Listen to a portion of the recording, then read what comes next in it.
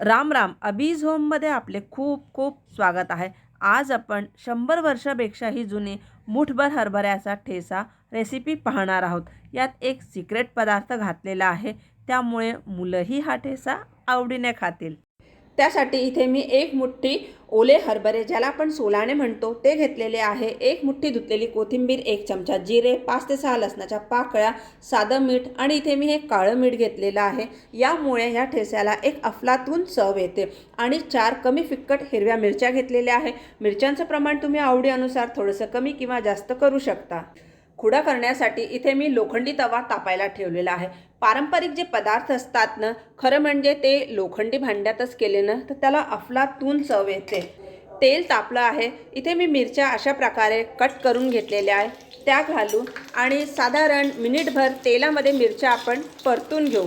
तर मिरच्या मी किंचित डाग लागेपर्यंत परतून घेतलेल्या. आपल्याला जास्त नाही परतायच्या, कारण की यामध्ये आपण घालणार आहोत सोलाणे आणि त्यानंतर पुन्हा आपल्याला एक 4 ते 5 मिनटं हे परतून घ्यायचं. मिरच्यांसोबत सोलाणे आपण साधारण 1 मिनटं अशा प्रकारे तव्यावरती परतून घेऊ.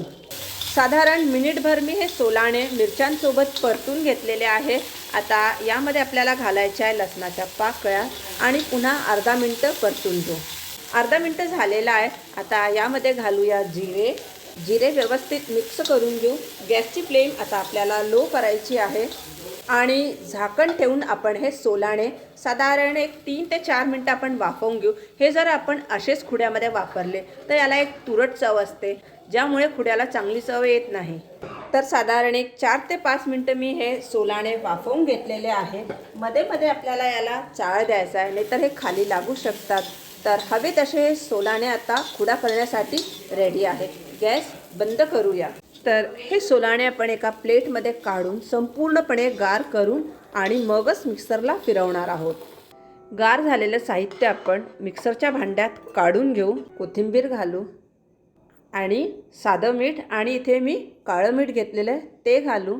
पाणी न घालता ऑन ऑफ करत आपण किंचित जाडसर फिरवून घेऊ. किंवा तुम्ही दगडीमध्ये कुठला तरी चालेल. तर ऑन ऑफ करत इथे मी हे पहा अशा प्रकारे किंचित जाडसर हा खुडा फिरवून घेतलेला आहे.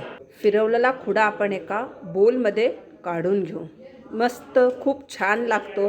भाजीसोबत खा, पोळीसोबत खा, भाकरीसोबत खा, कशाही सोबत खा, अप्रतिम चव लागते. तोंडाला चव नसणार तर तोंडाला छान मस्त चव येते ह्या नवीन पद्धतीच्या रेसिपीमुळे.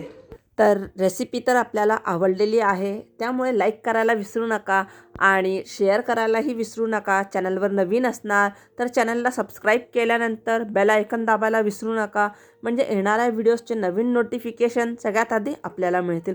पुन्हा भेटूया एका नवीन व्हिडिओसोबत. तोपर्यंत स्वस्त रहा आणि मस्त रहा. धन्यवाद.